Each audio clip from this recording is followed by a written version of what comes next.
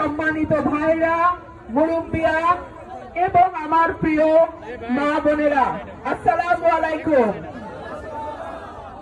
এই দুটো ইউনিয়ন চান্দুরা আর ভুদুন্তি আমার নিজের বাড়ি, আমার নিজের গ্রাম, আমার দাদা দাদির কবর।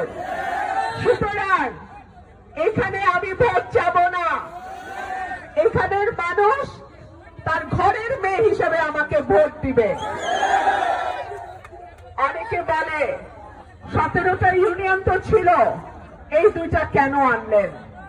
আমি বলি, নিজের দুইটা সন্তানকে কি বাইরে রেখে ফ্যামিলি করা যায়? যায় না। সুতরাং ভুদুন্তি চান্দুরা ছাড়া আমি যতই এমপি হই আমার মন ভরবে না। আমাদের পরিবারের অনেক ঋণ আছে এই এলাকার মানুষের কাছে।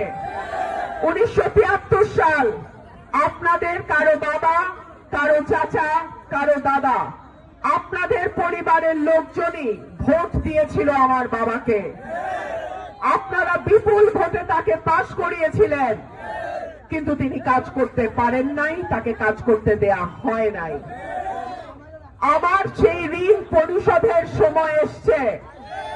আল্লাহ যদি আমাকে আগামী 12 তারিখ আপনাদের ভোটে নির্বাচিত করে, আমার প্রথম প্রতিশ্রুতি, ব্রাহ্মণবাড়িয়ার গ্যাস আগে ব্রাহ্মণবাড়িয়ার মানুষ পাবে,